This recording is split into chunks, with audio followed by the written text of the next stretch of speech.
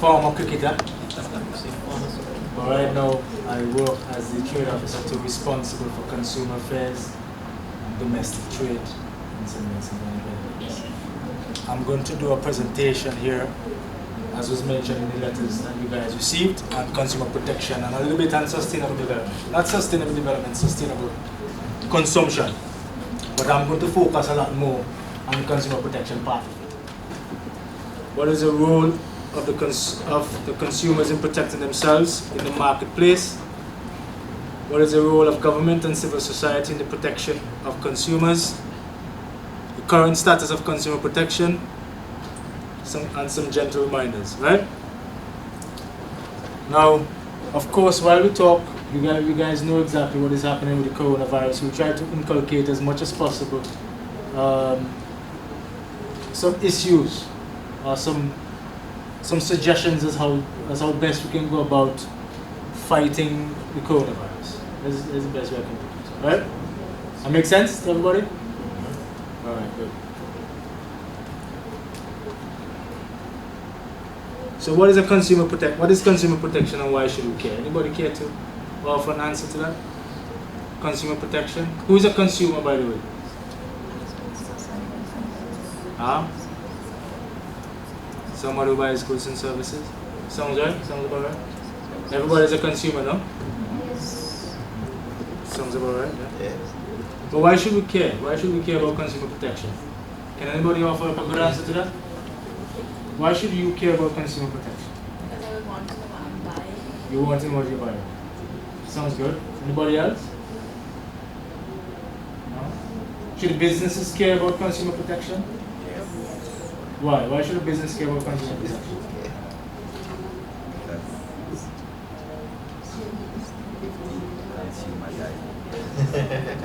Huh? Sounds easy. So, the definition I got from the Cambridge Dictionary: the protection of buyers. Consumer protection is the protection of buyers of goods and services against low quality or dangerous products and advertisements that deceive people. That makes sense to everybody? Good morning, welcome. Hi, my name is Omar Currency. I'm here from the Ministry of Trade to do have a discussion, and you are? Ms. Thompson, Thank you, Ms. Thompson, for coming, and the students, just introduce yourselves. My name is Jenny. From Petticoat. My name is Teacher. Alright, we had a bit of, well, we got some news from the geothermal project. We have cancelled the trip, unfortunately, but we're grateful that you came here still. We're going to go ahead with the presentation, but afterwards we're hoping to divide ourselves into some groups and do a bit of jingle, because one of the activities that was highlighted by the, well, not by the minister, by our ministry, is to have a jingle competition. The prize for that jingle competition, we're not going to disclose just yet, the winner of the jingle competition, but there is supposed to be a prize. I don't know, we normally get prizes from Digicel and Flow. You never know. Right? So there's a further incentives. Besides the food coming here, there's a further incentive. Everybody's good? Everybody's happy? It's a tough crowd. We have a second definition for what consumer protection is. Laws and rules intended to protect customers from dishonest practices by sellers. All of this makes sense, isn't it? Because as a consumer, everybody here is a consumer. You want to feel protected whenever you go into a marketplace and buy some good, buy some services or whatever it is. Alright? I have a little note here. Consumers are considered, well, before I get to that note,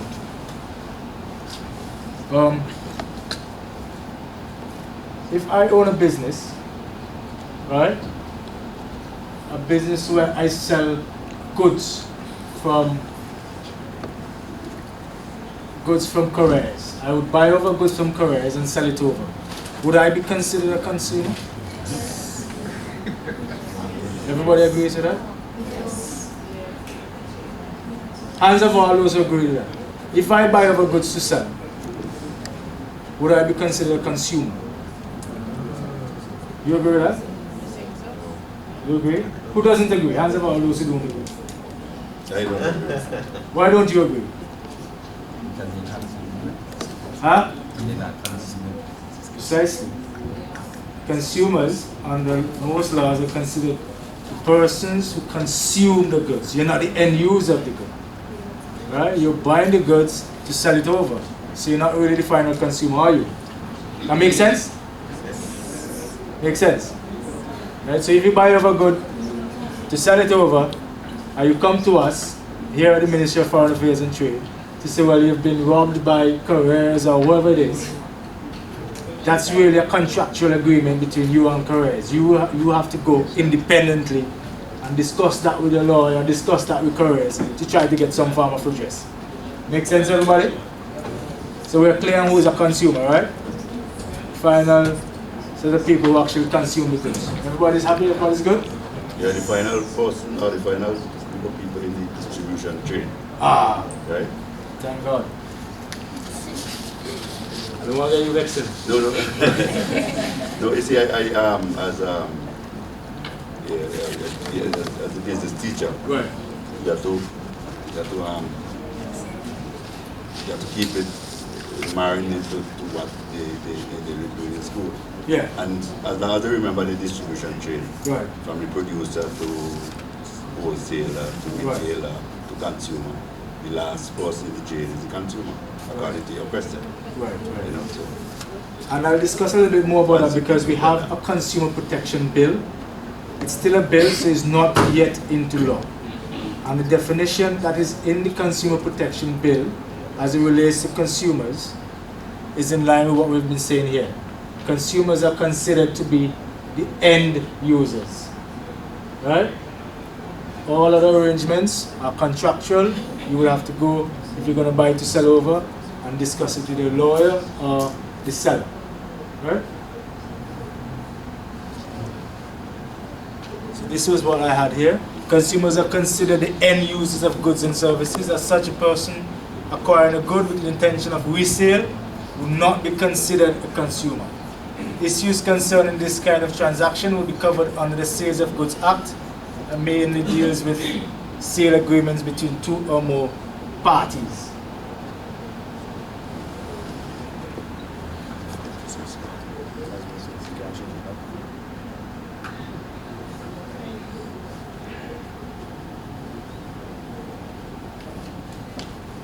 Alright. So we have this question: what is consumer protection and why should we continue? Well, it's the same question, we continue. I think we already answered that question. Why should we care if consumers' rights are protected?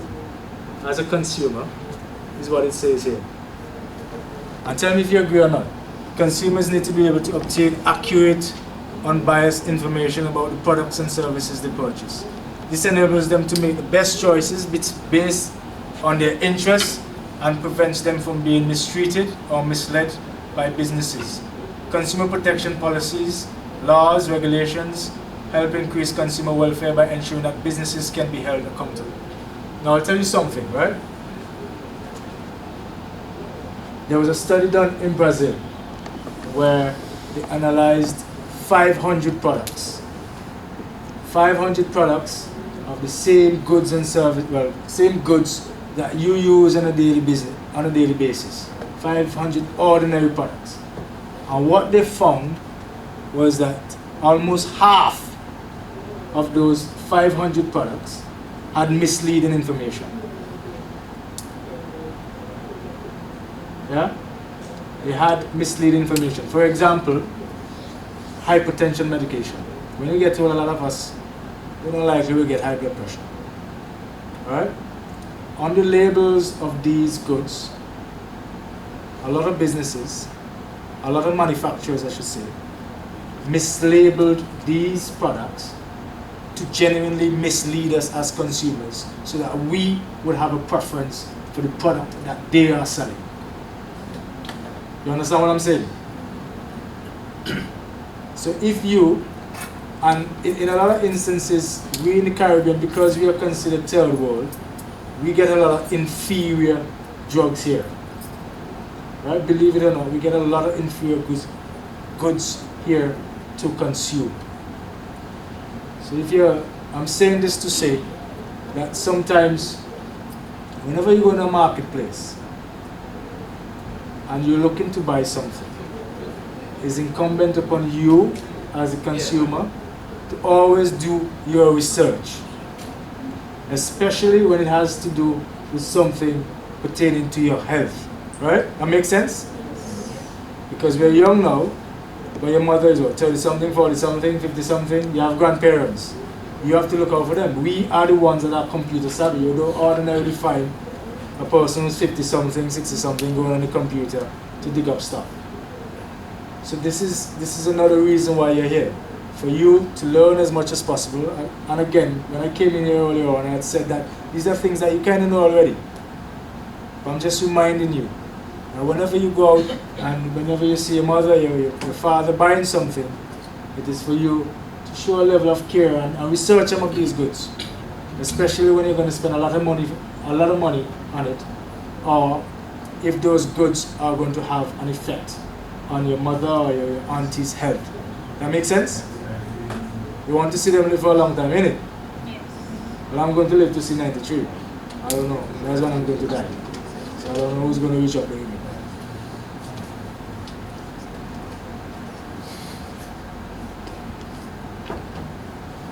Businesses. I think I'd ask a question. Why should businesses care about consumer protection? Anybody can offer up a good answer to that? Or any answer at all? Anybody? Don't be afraid. Yeah, right. To make sure that the customers save things. That's good. That's good. Anybody else? Everybody here is in a business class? Yeah? Everybody here? Who's not in a business class? So everybody here is in a business class. What is one of the primary motive for businesses? Profit, isn't it? Profit and growth. So you think it's in the best interest? Like I mentioned the example that 500 products were analyzed, and out of those 500 products that we use on a daily basis, it was found that almost half had misleading information. So do you think these businesses are taking this thing to the next level, or they have an intrinsic right to make sure that consumers get as much information as possible? Or should they be driven only by the profit motive? We should consider consumers. They should consider consumers. Why should they consider the consumers? It's sometimes we consider Or why? It can fool you and get you. Allow you to buy stuff. But this is what it says here. Businesses that are known to treat consumers fairly will gain a good reputation, because remember I said we live in a computer savvy age. We Google things, innit? We Google things every day, we research things. So businesses that are known to treat consumers fairly will gain a good reputation and become more sought after. This increases their profitability and competitiveness, which will also lead to economic growth in the long run. Consumer protection policies, laws, and regulations guarantee that businesses are kept in check. Why is this important? Why did I mention this? You see, back in 1962, I think it was, and before that, well, that was long before I was born and before most of you were born, consumers used to get the short end of the stick all the time. Businesses used to sell goods, used to provide services without telling consumers the effects, the side effects. They had a free rein. And a lot of people used to die from cancer, a lot of people still dying from cancer and so forth, and other similar diseases, similar afflictions in a lot of countries. Like for India, I was watching the documentary some time ago, and there's a certain standard. Well, businesses and manufacturers should manufacture according to a certain standard. Everybody agree, right? You should have a certain safety standard. And what was found in that documentary was that if the level of, I think, mercury was 2 per, just an example, hypothetical example, 2 per gallon, they have mercury with something that can kill you over 500 times the accepted level. And what you would often find is that a lot of these companies are located in the poorer regions of the world because of standards. You go in Germany, not saying that they're not located in the first world, but the truth of the matter is, the standards in the first world countries, when I say first world, I mean the big metropolitans, the European countries and so on, America, are so high that certain manufacturers, they cannot play backside. I hope that's acceptable term. Try not to use a three-letter word. But you understand where I'm coming from? So I'm saying this all to say, it is vitally important that you, as consumers, because all the consumer protection is grounded in consumer legislation, awareness, advocacy, and policing. Sometimes countries like ourselves, we don't have the necessary legislation to enforce some of these rules. Take, for example, the Consumer Protection Bill I mentioned a while ago. That was supposed to be done since what, 2002 or 2001? It was just put in Parliament, I think last year. Last year. Reintroduced, and it has to be reintroduced this year. We don't have any comprehensive piece of consumer protection legislation right now to protect us. So that is why creating awareness is so very important. That is why we are here today, so that when you go back to your schools and you go into the environment and you talk to your parents, you can make sure, say, Mommy, before you buy that, you're going to spend a lot of money. Let's talk this out. Let's do some research. Google things. We have the internet, let's Google all that. Find out if that company is reputable. And I'll come to some more examples as we go forward. Right? Anybody's bored? Alright. But that makes sense with the business, isn't it? Because if you're in the age where we can research everything, we can Google things, and your company saying, hey, these are the side effects, you're gonna have a lot more confidence in it. Right, sir? Consumer confidence is important. People want to feel confident, say, hey, I can go there, I can buy something, if it's not working, I can go back and get some form of redress, or they'll give me as much information about the product as much as possible. Right?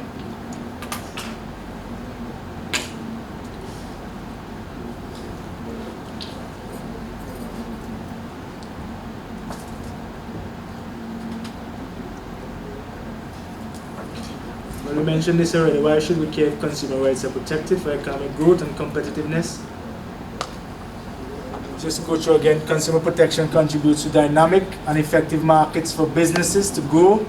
Consumer demand derives innovation, economic development, as businesses are required to maintain fair prices and good quality of their products and services. Now, I mentioned at the start, I will try to inculcate a bit about sustainable consumption. Now, what drives production? We're all business students here. What drives production? What determines what a manufacturer manufactures? The people, yeah, but you're getting there, it's close. What determines that? Demand. That sounds right? Demand, everybody can agree with that, yes? Demand drives production. If there's not a demand for a certain product, companies with their profit motives are not going to produce these things.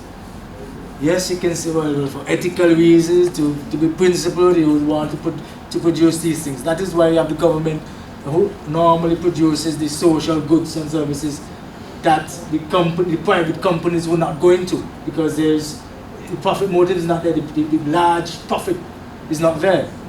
So government has an important role to play, so that the goods that we need, we absolutely need, make sure that these goods are produced at an affordable cost.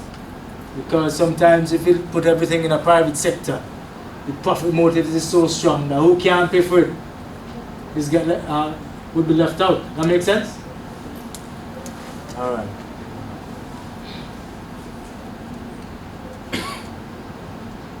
Regional integration. Everybody here would have heard about the CSM, yes? Nobody? Everybody? CSMA? What's that?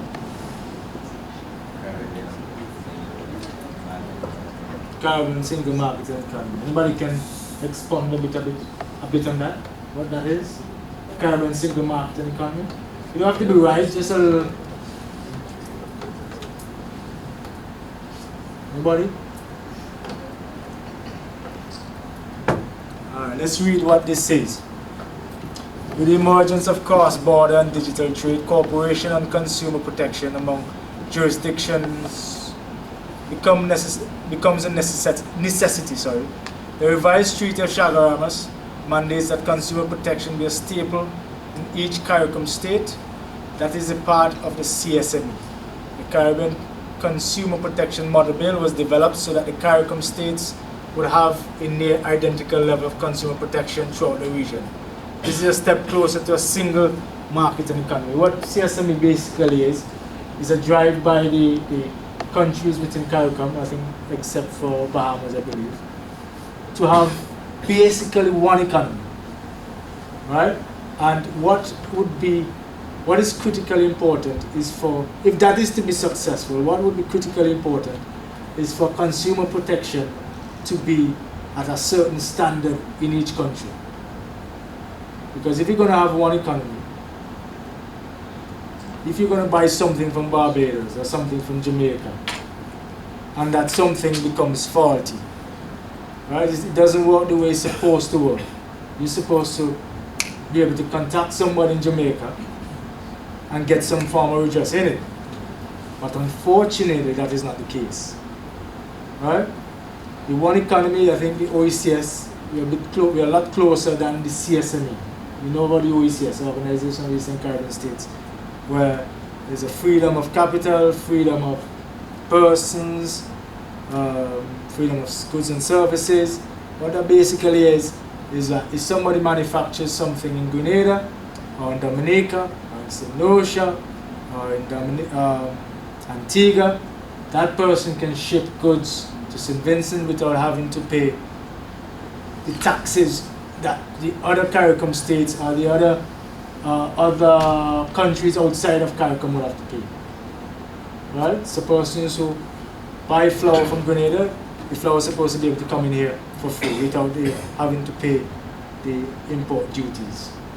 The only thing that person would pay, I believe, would be shipping, of course, and the customs service charge.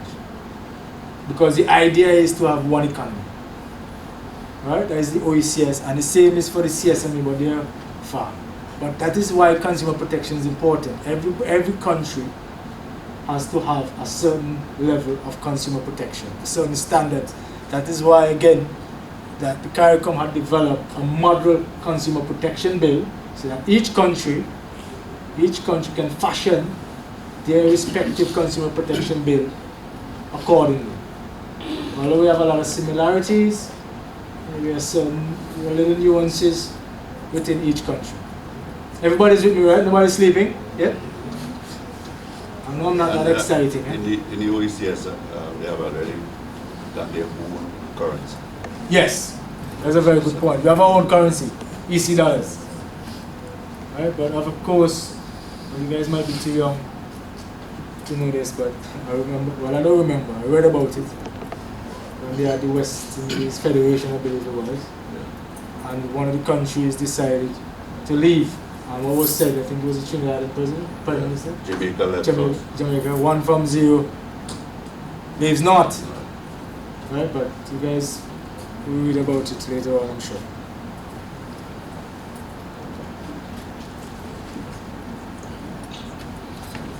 I'm not boring you too much, right? Everybody's good? Alright. So, basically everybody is responsible, including you, the consumer, government, and civil society. That makes sense, everybody? Yes. Because everybody has a role. The consumers have a role to play, the government has a role to play, and civil society have a role to play in ensuring consumer protection. What is the role of consumers in protecting themselves in the marketplace? We've discussed that, we've been discussing that. What's your role? What's your role as a consumer?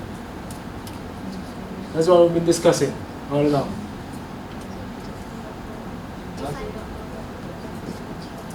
To find out more about the product and know what you're buying. That makes sense? Your role as a consumer is to inform yourselves do your due diligence, find out more about the product, right? Because remember I said earlier on that here in St. Vincent and the Grenadines, there's a consumer protection bill. That means it is not yet a law. So consumer protection here in St. Vincent and the Grenadines and in much of the wider region is very limited. So it's vitally important. Right now, what we use, I'll tell you this. I'll tell you it after we go through this. So these are just a couple of things we can do as a consumer, right? Learn your basic consumer rights. That's one. The right to choose from a selection of quality products and services. We have 8 basic consumer rights. Anybody knows that? I give you the first one, the right to choose. Huh? Right to choose. Anybody else? Choice. Have a choice. Huh? To know. Yeah, right to knowledge, right to information. Good morning, you alright? Yeah, which school are you from? Valley. Valley teacher. And what's your name, sir? Huh? Alright, nice to meet you. We have 8. Anybody else can come up with just 1 or 2 more? What are your rights as a consumer? Nobody? You have a right to choose. Let me give the next one. The right to safety. You have a right to safety? Yes. Right? The right to safety or that products purchased in the marketplace and used as directed will not harm the consumer. So if you buy a fan, you expect a fan to work accordingly, innit? If you buy a remote control, you expect it to work a little bit. If you buy a remote control for $5,000, you expect it to work for more than a little bit. Right? If you buy a stove, you expect it to work, you don't expect it to blow. You buy a fridge, you don't expect it to explode. Once you follow the guidelines, how it is supposed to be used. You have a right to safety. Right? And remember we were talking earlier on about some of the unscrupulous businesses where they would purposely try to mislead you as a consumer, all in an effort to build up their bottom line. So this goes back to what we were saying before. Consumers need to do their due diligence, research things. Don't trust people. You're supposed to trust people, but you get the idea. You get the idea. You're supposed to trust some people. You trust them and so on. But companies whose primary motive is to get money out of your pockets, make sure you do your due diligence. Research, Google. Google has a lot of information. The right for information, right to information. Right? The companies, if you're going to buy a product, the company is obligated to give you as much information about the product as possible. Yeah? The right to information about products so that consumers can make informed choices when purchasing goods. The right to redress. Anybody knows what redress means?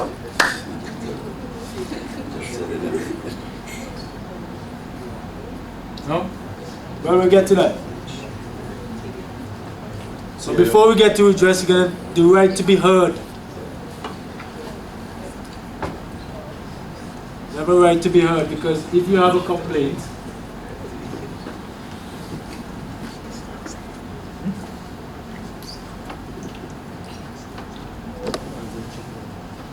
you have good news.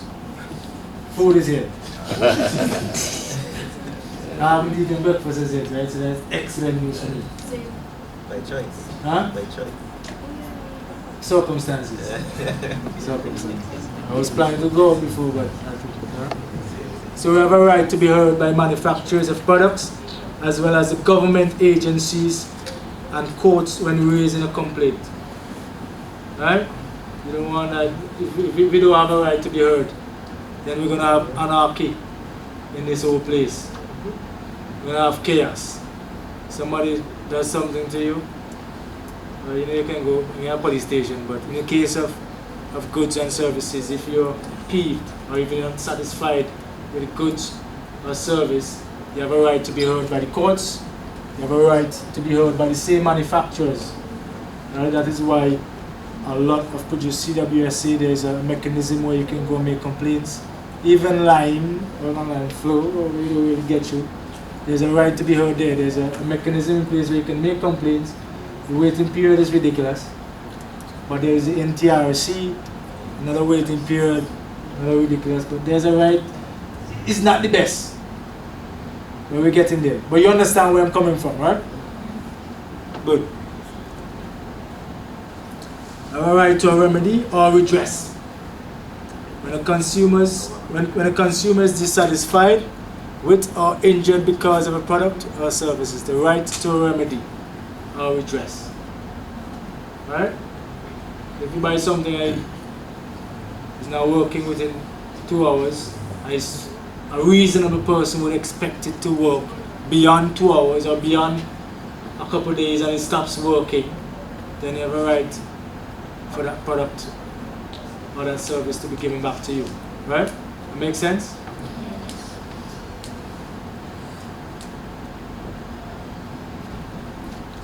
You have a right to environmental health, which means that manufacturers and marketplaces cannot operate their businesses in a way that damages the environment. What does that mean to you? Right to a healthy environment.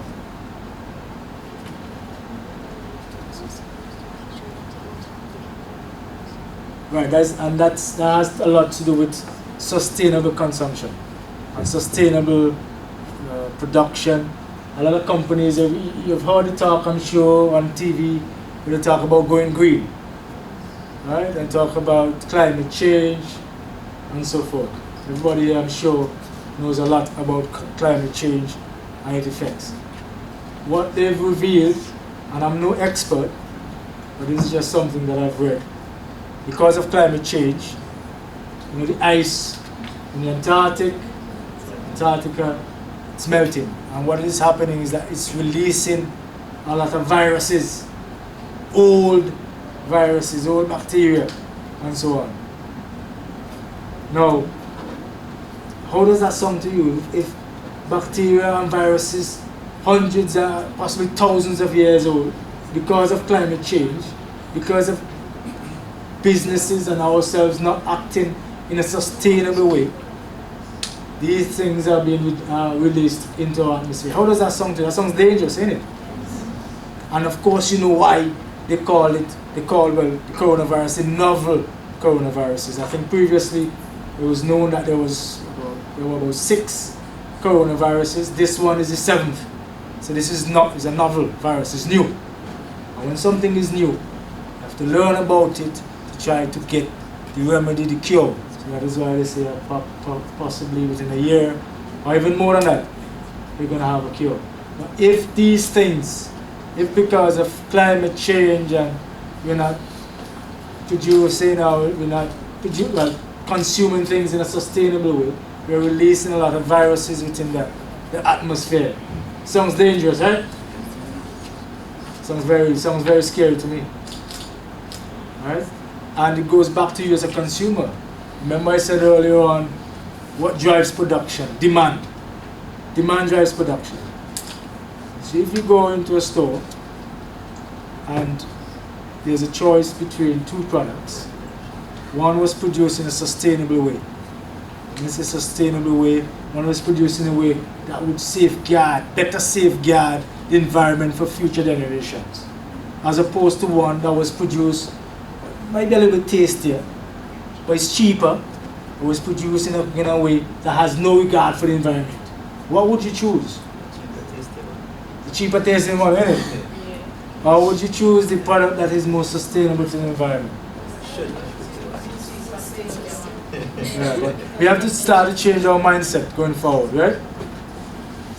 Because remember the thing, what drives production? Demand drives production. We as consumers, they depend on us as consumers for their profits. So if we say we don't want X, then they have to gravitate, they have to change their ways in which they produce certain goods and services. That make sense? Makes sense to me. The right to service that is convenient and respectful. The right to education about consumer rights and training to facilitate thoughtful and informed decisions in the marketplace. That is why we're here today, to discuss these things, so that when you go back in the schools, remember I said before, talk about these things. Have a discussion with your class, what you've learned, and you can do it in a presentation. Try to change your mindset. Right? I ain't no right boy. There's extra work. Huh?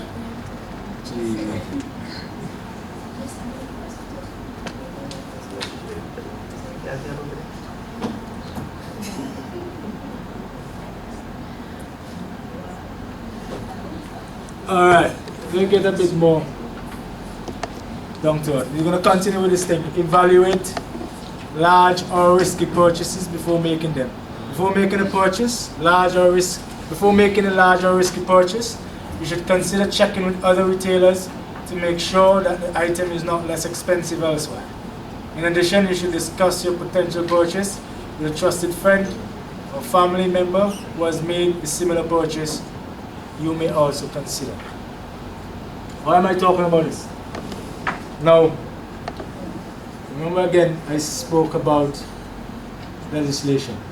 Spoke about the Consumer Protection Bill. And remember I said also that it is a bill and is not yet enacted. So what we have currently is what we call the Price and Distribution of Goods Act, to protect consumers. What is in that act? Nothing of note, nothing substantial. What we use as consumer affairs officers, unfortunately and embarrassingly so, is moral suasion. You heard me right? Moral suasion. Anybody can tell me what moral suasion is? Huh?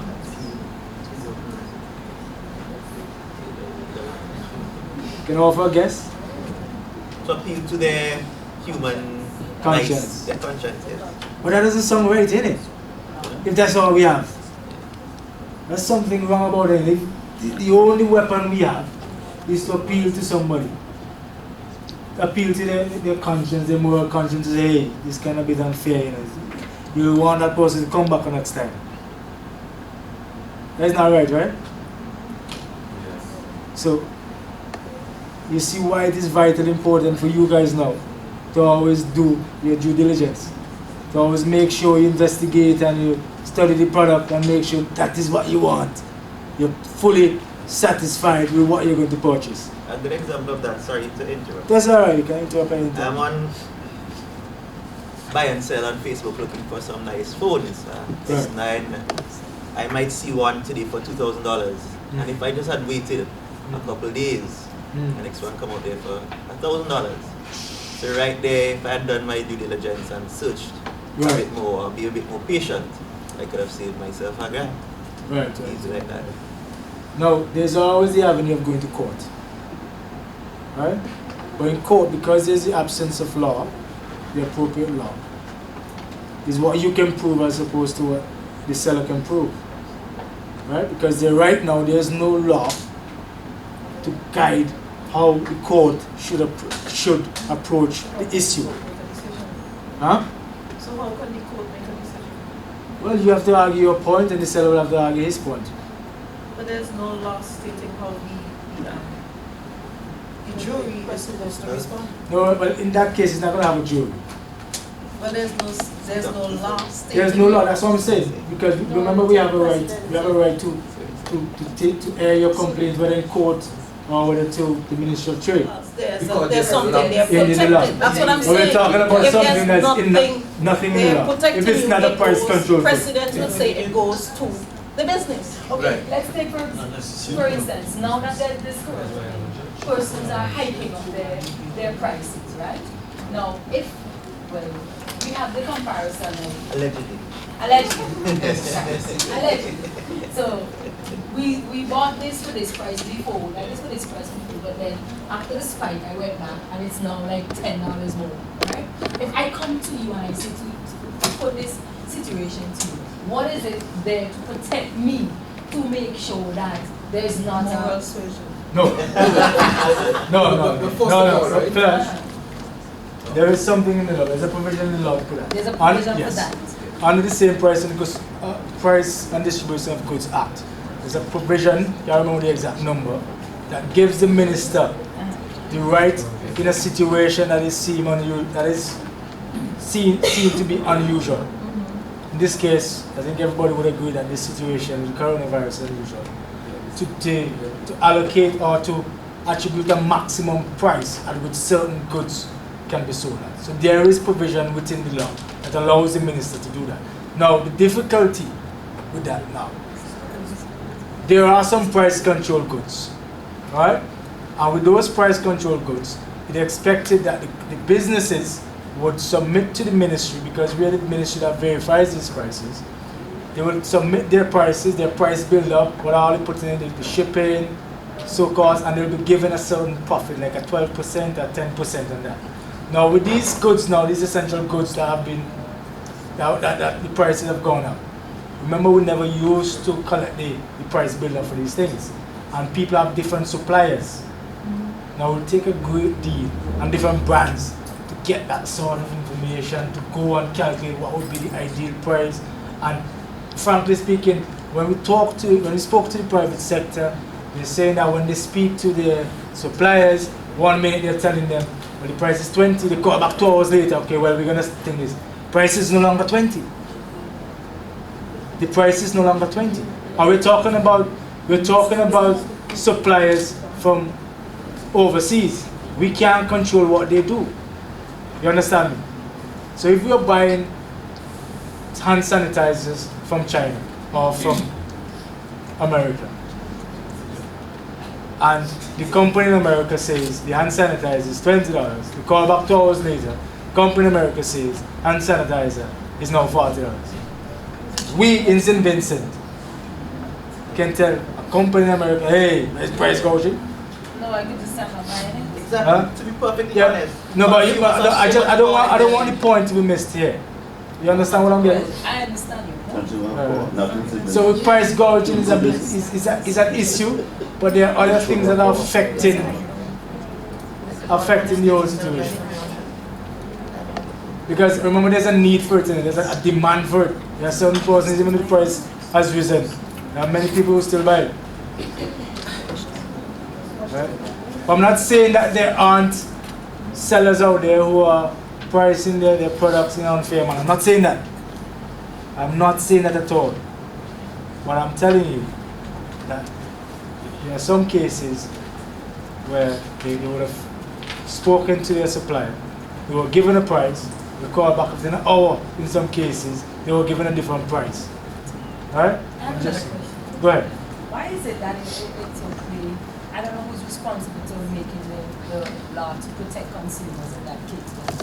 But why it took so long to make that? Is there a reason behind that why they were making the law? Because you said they're now trying, you don't have anything, working on your side. You just have to go to a seller and use moral persuasion, right? So why is it that... Not with price gouging, right? No, I'm not talking about price gouging. Why is it that the law is not in place? I mean, we're such a poor country. Because the infrastructure is not in place. We will need to have labs to be testing things for certain levels. So for example, the mercury, you say it's supposed to be 2 parts per billion. We don't have the necessary labs and personnel and equipment. To put these laws in place, we'll need a lot of infrastructure up front. See, but if you have a piece of legislation, they can need some persons. I mean, just put it in, just as... No, I understand what you're saying, but still, if there's a piece of legislation in place, it can deter persons as well, because persons might take the next thing and your card, that kind of way. Just... People work around it. Yeah, they will. Everybody walk around everything, but... You have a question, sir? Yeah, do we have a consumer association? There's a National Consumer Association headed by Julian Bacchus. Well, we're not straight too much, right? Let me continue. But- Not to get straight. Talking about consumer. Right.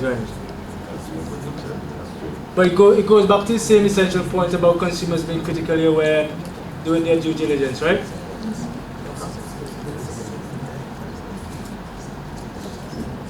Make a budget. This is just some advice that consumers should keep in mind. Making a budget to determine whether or not you can afford the item.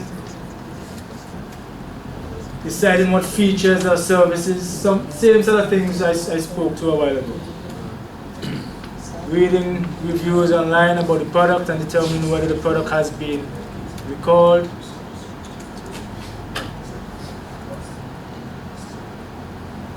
Right. Now, before I move ahead, I want to give another example. We got a complaint from a consumer here. Person came to us, said that he bought some vehicles or some equipment from Japan. Bought some equipment from Japan. Can't get back his money because personally he made the arrangement with being unscrupulous, not sending the items, giving him basically a runaround. What can we do here?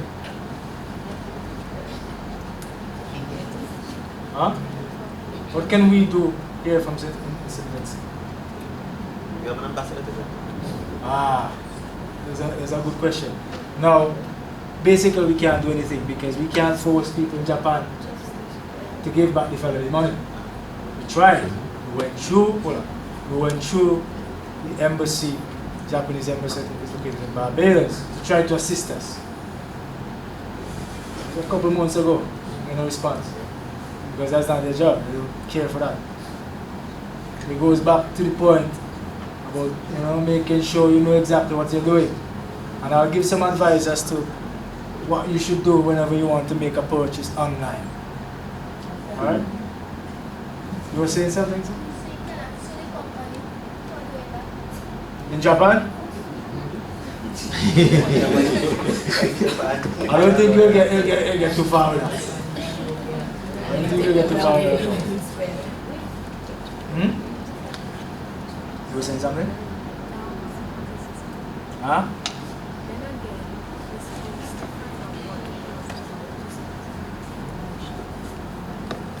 Right. But sometimes we get dragged in because you go there. Okay. Let me just give you this advice.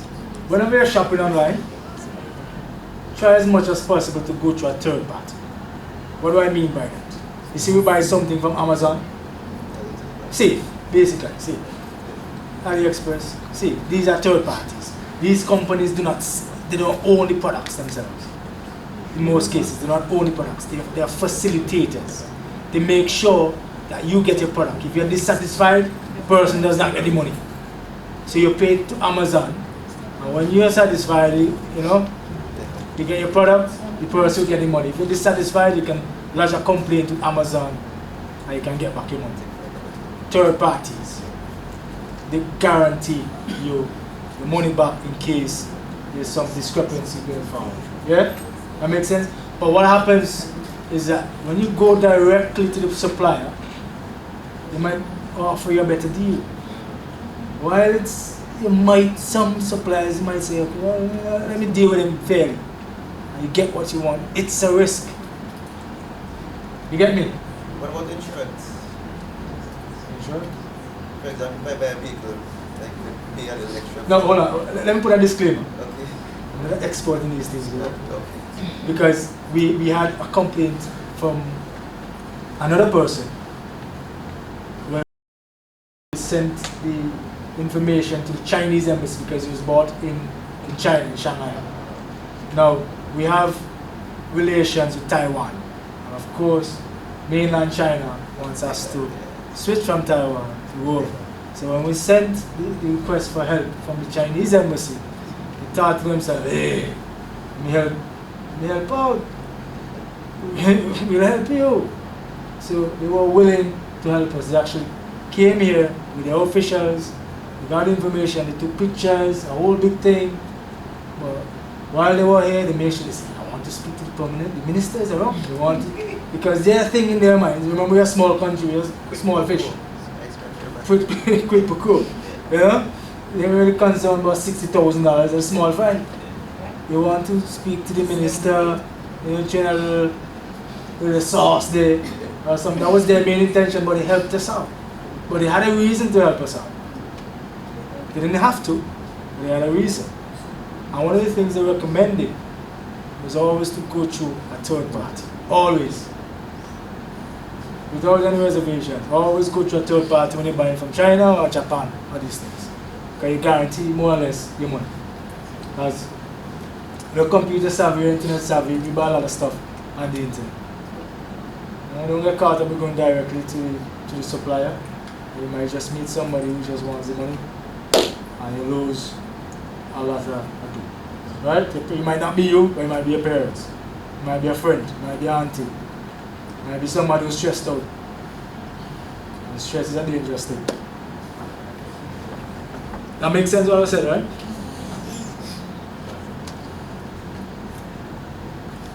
Alright. Ask about warranties. When you go to the marketplace, so much people ask about warranties when they buy stuff, when they buy a fridge and so on. You actually ask about it? Well, yeah. Students, I'm sorry. But again, I'm saying this, whenever you go home and you talk to adults, who asks about warranties? A warranty is a promise by a seller or manufacturer that they will repair or replace a product if it breaks down within a certain amount of time. When reviewing a warranty or comparing warranties between manufacturers, you should look for the following. Check to see how long the warranty lasts and if anything voids your coverage. That is very important. That is very, very important. We buy stuff, we pay attention to the warranty. But remember, a warranty, when you say you buy something from Courts, that's when they give you a warranty, that's like a contract. Huh? Once you buy a warranty. Well, you buy. Good word. You pay extra for the warranty. Well, I think what happens is that there's a standard warranty. There's always a standard warranty. But if you want an extended warranty, you can pay extra. But I think everything's supposed to come with a warranty. Feel that sounds right? Yeah, manufacturer. Yeah, no. There's a standard warranty. They offer extended warranties. And when you buy something, you have a warranty for a certain time. If you want it to go beyond that time, then you pay extra. There's a standard for certain things, yeah. I don't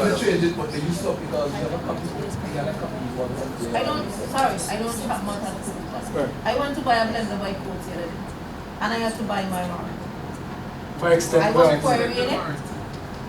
I am telling you, I had to buy my 2-year warranty. 2 years now. They come standard. A standard 2 year would not be standard. 2 years would not be standard. That's extended. I was asking the young man if there isn't because the product says there is a 6 months warranty. Right. And I asked him, he says that does not exist. Probably the company went out and something. I don't know. So I told him I didn't want to blend him. What brand is it? That's not the No, because really and truly, it's supposed to come. Whether or not you receive it.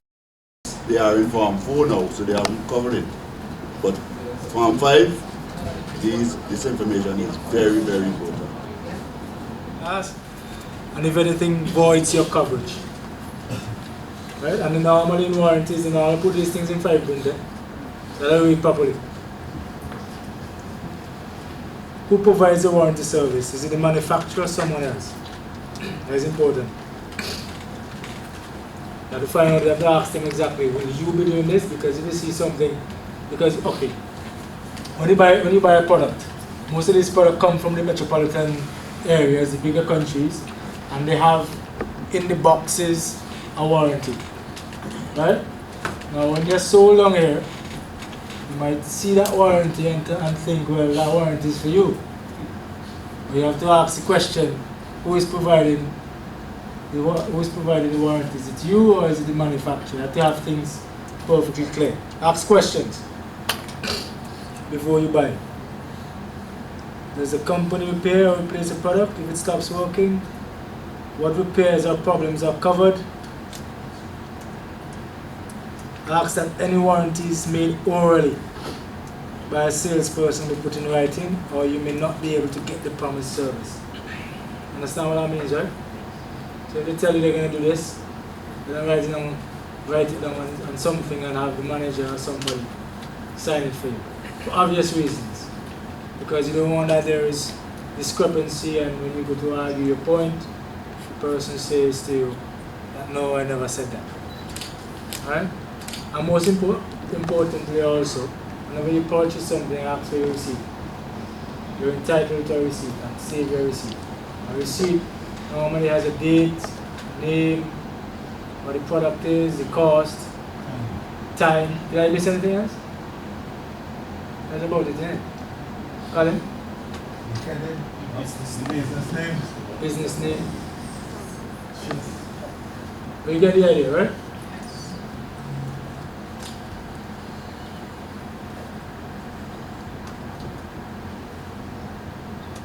Now these are things that we discussed earlier on. So I'll fly through them. Remember I said I'll fly through a couple of them? Because we've been discussing these things already. Spoke about providing information to sellers that are trusted. Amazon, AliExpress, and so on. Trusted companies. Not companies that somebody told you about and when you Google it, you hardly seen anything on it. Trusted companies. Right? And this is a bit of an advice. Normally, a secure company would have the padlock. You notice on the bar. You see the padlock sign there? That's normally a sign of a secure company. But I think people have gotten so good these days they can emulate that sign in it. So then again, you always have to be careful. You have to Google, because there are always reviews on Google. So if you're unsure about something, Google it and find out what people are saying on it. Right? You'll be surprised. Website addresses that begin with HTTPS. Normally S stands for security. If you see HTTP alone, then you know more than likely something is wrong there. Everybody understands that, right? Yeah. Oh, I should have told you that 2 useful books. You guys are in a business class, Form 5, Single Marketing Economy, this is CSME, and Competition Policy and Law. This has to do with consumer protection as well. Well, they're both interlinked. So, have a read, some useful information.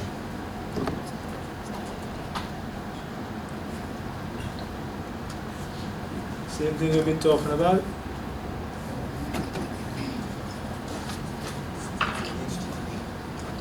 Always request a receipt.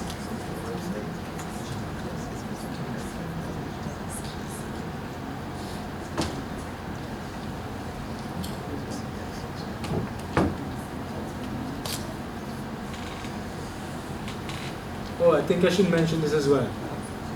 Now, if you buy something and the warranty says that that something has to be operated in a specific way, and you operate it contrary to what is mentioned in the warranty, then it's very difficult for you as a consumer to get redress. If you're supposed to operate with a 220 or 230 current and you plug it in to a 110 and something goes awry, then basically it's your fault. Right? That's only fair, right? Yes, sir.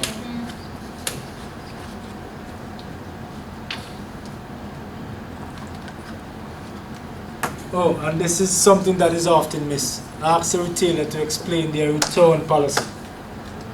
Especially if you buy something that costs a lot of money, ask about the return policy. Don't leave there, because especially when you're dealing with mechanics, find out as much information as possible.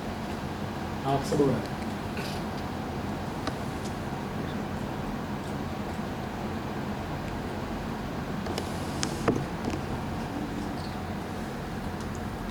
So what is the role of government and the civil society in the protection of consumers?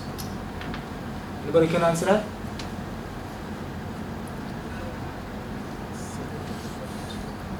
Set of laws. Laws? The questions for teachers or the students? Anybody really, anybody.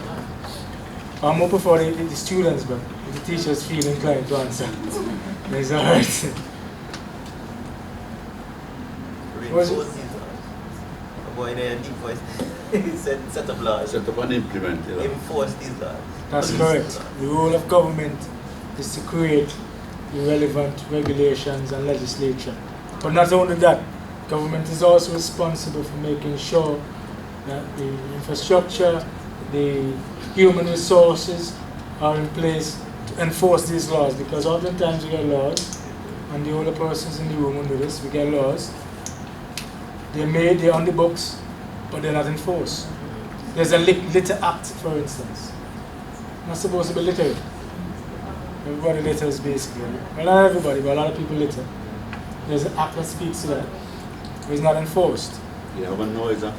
There's a noise act, it's not enforced. The relevant infrastructure to measure how much decibels as it relates to noise, they don't really have that. Where you get where I'm coming from? So again, it boils back down to the consumer. Yeah?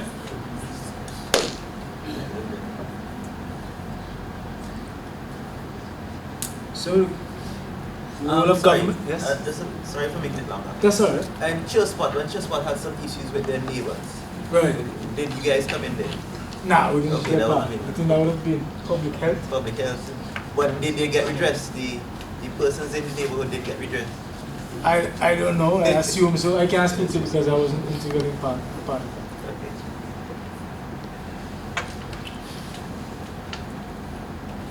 So, as stated before, responsible for creating marketplaces that are fair, efficient, competitive for producers, traders, and consumers. Talking about the relevant legislations. Right? You were saying something?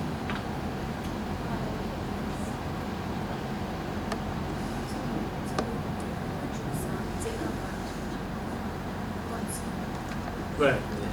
True, the relevant legislation, right? You don't mind if I sit down, right? Can you hear me still? Yes. Alright, good. And the policing. What I spoke about a while ago. Yes, you can have the relevant laws and the relevant regulations in place, but you must have persons or the infrastructure to make sure that these laws are enforced. That is one of our greatest inhibitors. And so on. It's almost impossible to police all this thing, innit? So we just have to hope and pray that persons are scrupulous, or business owners are scrupulous enough to follow the laws as laid out. Yeah? If you want, don't worry, I'll send this to you guys if you want it. You just have to leave your email address. I'll send this slide to you guys. I should have mentioned that before, but I want to notice you guys writing. I want just to pay attention, try to gather, we'll send it to you guys. I'm sorry for that. They would no longer pay attention. Huh? You should have let them rest. I wanted them to make their own notes because they have to do a presentation. Oh, okay, well, the teacher said don't send it, so alright. Yeah. But I'll let the teachers decide what the course of action, Yeah, right? you give the teacher. Yeah, I'll give it to the teachers. They continue writing, but you send it still. Huh? They continue writing, but send it still. Yeah, but I'll send it to the teachers. So the teachers will determine exactly what they're going to do with it. And we spoke about advocacy. When we say advocacy, what do we mean? Speaking of yourself. Speaking of, Doing your own investigation and stuff like that. basically, students, anybody, when we say advocacy? Yeah? Advocating for something. They can't use the word, they need the definition of the word. Speaking on behalf. That's right. So, and that's why we mentioned civil society. So, the social groups, church groups, if you see something that is wrong, it's incumbent upon you to try to elicit change or solicit change on it. Right? That makes sense? Yes. If you see something is wrong, and that has happened before, a lot of women's rights arms and so on, all over the place, they're advocating for fairer wages. That might not be a problem in St. Vincent, I don't think. But in the bigger countries, we have a lot of problems with fair wages, equal rights for women. So a lot of these groups, women's group, they come together and they make a lot of noise. They have marches. Back in the days of Martin Luther King with the Million Man March, they advocate for certain rights. So these are the things that civil society have to do. Hello? You follow me? Yeah. So if you don't advocate for change, Yeah. then sometimes change does not occur. With promotion and awareness, we have to create as much awareness as possible. That's why we're here, to promote decency.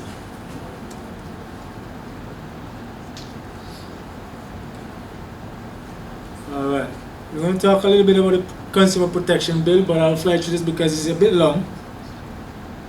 So the Consumer Protection Bill, like I said before, it hasn't been enacted as yet, but it's an act to promote and protect consumer interests in relation to the supply of goods and the provision of services to ensure protection of life, health, and safety of consumers and connected purposes.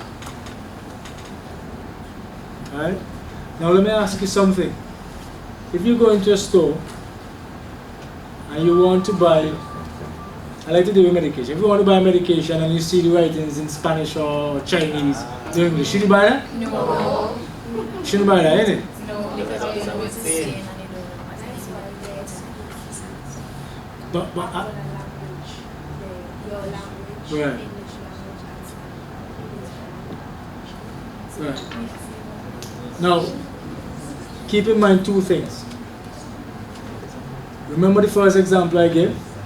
When the Brazilian company tested 500 products, everyday products, and almost half of them had false information or misleading information.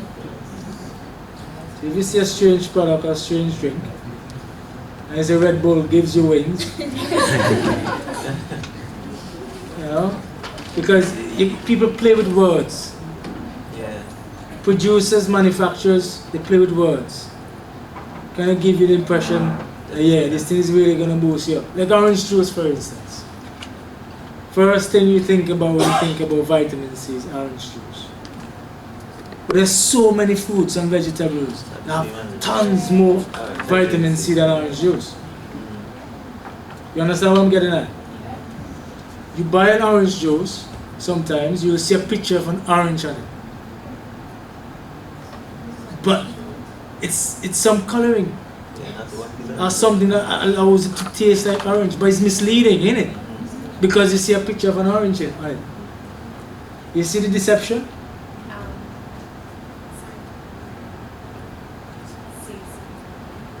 that is more exclusive have the expiry dates, how much ingredients. Right. This does not have any expiry date on it. You just see. Mine does not. Mine does. And where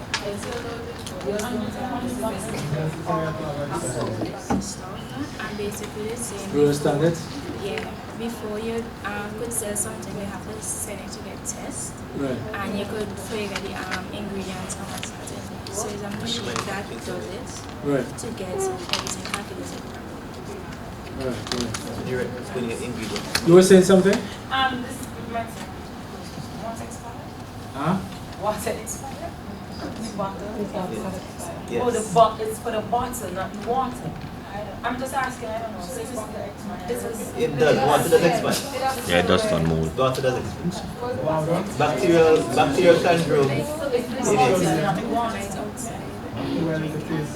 Yes, after a while, whether it's leaching out into the water from the bottle itself, So if I take the water and put it in another bottle, Best before date. it could expire, run an experiment. Yeah, people taste after the marsh and all that. Yes, water does expire. That's why the tariff rate is wrong. Over a long period. Sunlight does clean.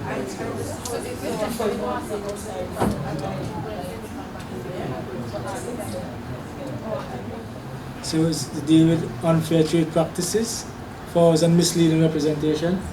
Let me just give you an example. You have a picture of an orange. It's always good to can't trust these companies. Keep that in mind. And before I go on, we're dealing with coronavirus. Alright? There's no cure, quote unquote, cure for it right now. We import, our importation bill in terms of food is far exceeds what we export. We import a lot of food. Importation bill is high. We import a lot of vegetables as well. Now we here in St. Vincent, good soil, and we don't produce as much as we should. Yeah? So that's why they import. But think about this. When these things come from overseas, from big metropolitan countries, do we know exactly how they were packaged, how they were produced, the journey in which they traveled here? We don't know these things, right? But when you consume locally, you have a fair idea exactly what happened. Because there are many goods every year, every single year, hundreds of goods get recalled. Right? Every now and again you hear something get recalled saying because some bacteria or something was found in it. But you won't find our local goods so. I'm not saying our goods are perfect, but you have a better idea exactly how our goods were produced. So try as much as possible to eat local, yeah? Make sense? With the yam, with the dasheen. Go by the garden and Go by the garden. cut up on a banana. Yeah. And then you get food in the next half an hour. You understand? Well, you get the point I'm coming from, yeah? Because when you heat up something, more than likely it's going to lose its nutrients, like callaloo. Callaloo has a lot of nutrients, but you boil it and so it's going to kill some of the nutrients. But when we eat local, other local foods, we can eat them fresh. But when they're imported, they go through a lot of preservatives and journey, they add all kind of things to it to make it look pretty. For instance, the banana. But you see them dole and chiquita, they're pretty done. They artificially But they're ripen filled them. with chemicals. They artificially ripen. They're pretty, they look sweet and nice. The big red sweet peppers. Do some Huh? healthiness. They almost look so, they're so pretty they look fake, innit? Don't know the process in which they were grown. So I'm advocating that try as much as possible to eat local. Yeah? That's right. I remember as consumers here, we have a lot of power because a company would only sell or produce what is being demanded. Right? So if everybody says to a Massey or to a Graves, you don't want that thing. It's just what you have local. If you don't have local, then fellas will start to look out for the farmers. Hey boy, bring some tomato from your garden or bring some of this from your place. That makes sense? Flow is the worst thing. What about flow? NTRs. Let's move on. Alright, so we deal with product liability, defective products, consumer safety. We spoke about distance selling a while ago, guys, when we were talking about buying from overseas. Yeah. Go to a third party. Settlement of disputes. Well, I won't go into that because that's a long thing. We also have duties of a supplier. These are things that will be covered in the consumer protection bill. Yeah, we're gonna see the supplier information. They have a duty to provide as much information as possible to you, the consumer. A lot of them don't do it, but they have a duty to do it. Alright? Price is supposed to be displayed, and of course, dual prices. Have you ever gone to a store where you saw two prices, one high, one low? You're supposed to pay the lower price. Why are there two prices? Mistakes. Sometimes mistakes happen. But whatever price is displayed, if you see two prices displayed, It's supposed to be. you're supposed to pay the lower price. And labeling of goods.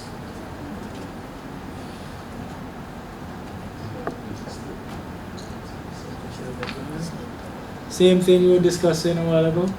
So you see, 23 slides don't seem too long now, innit? Where's that? 15. Yes? Question. Sorry, oh my gosh, I'm making this thing longer. I went to Oliver's. Oliver's was when? Last week. Last week. I bought a local juice from a lady. I bust the thing. Rotten. I came back, you know, do you want to cuss me? I got thing just make yesterday. And in a spoil. Okay, just see. What should I have done in that situation? Straight his face, taste that. Nah, I'm not advocating that. I'm being. What do I do? That's So she didn't give you what? Didn't give her the money? No. She said what thing? Nah, you saw. I would have made him tell you. To help us out this moral persuasion. Yeah, that's So I'm not going to go through that again.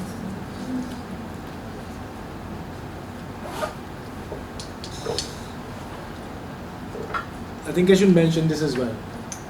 Under this Price and Distribution of Goods Act, we have some certain items that are price control. I think we spoke about that. LPG, gasoline, vehicles. What else? Okay? Yeah, you're on the right track.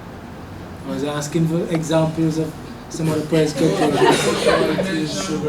Well, those things in the Fish. yeah. Corned beef. All those things are price control. Milk. Sugar's off now. Sugar is on. Rice.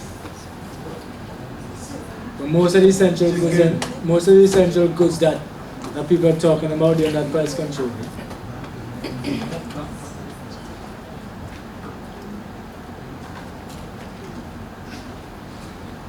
So we're almost there. 17. Spicy? Yes? Huh? We're almost there. Okay.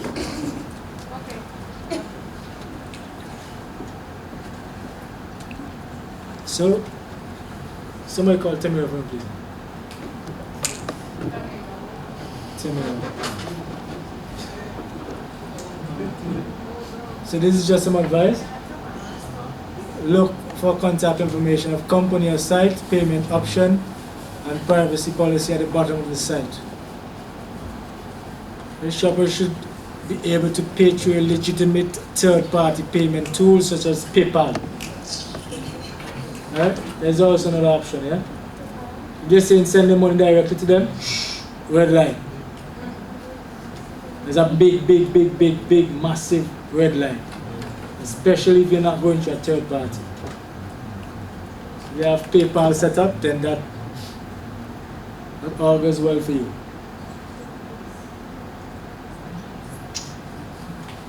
Same thing we discussed a while ago. Use only sites whose address starts with HTTPS. Personal information is required when you log into a site or pay for an item. S stands for security, which helps protect your personal information from hackers.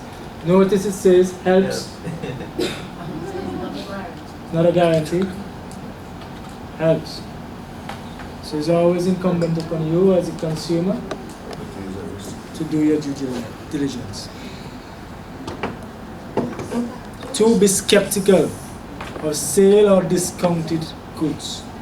Sale or discount signs are attractive. Discount always indicates poor quality, flaws, or other shortages. Basically, get what you pay for. Just be mindful. It's not true in all cases, but try to get out the point here that you just really have to be very careful when you're dealing with people. When you see something that's too good to be true more often than not, it may very well be too good to be true. So I'm leather shoes. I tried to buy leather shoes for $100. A friend of mine, I think she was sent an email. She was sent an email with a link. Very appealing email, you know. Didn't seem like anything was untoward. And she clicked on it. thing really happens is she was something. When she tried to log in again the next day, she lost access to her account. Right, to her email account. What happened was that somebody had sent a link. They were able to get the person's email address. Well, not email address, the password and so. And now she had to, and the person sent her an email in her own thing, from her own thing, telling her, well, she would have to pay him to get it back. So she had to plead with him, please, because all of her notes and so on were inside there. Alright? So they try a lot of foolishness to scam you. When you're on the internet, when you see something that says, get this done, pay now, you're going to lose the 70% discount. I guarantee you go back 2 weeks from now, you're going to see the same thing. Pay now, or lose the discount. Right? Keep that in mind. If they have a discount, they can't wait. Check it out first. Don't be fooled. Alright? Make sense? Yes. Good. So it's just a reminder of what our 8 basic rights are. We have a right to safety, we have a right to information, we have a right to choice, representation, basic needs, redress, consumer education, a healthy environment. Can't overly emphasize enough the right to a healthy environment. It's especially important given the coronavirus. That's why I was talking so much about. I think we all had fun, innit? A round of applause for everybody, please. I want to thank you guys for coming out. I think this was really a worthwhile event. Even though we did not get the chance to go to the geothermal, I think we made the best use of it. And I want to thank the students especially. Even those who were a bit nervous, we still came out and we did our thing, innit? Yeah. We had fun, we had a little bit of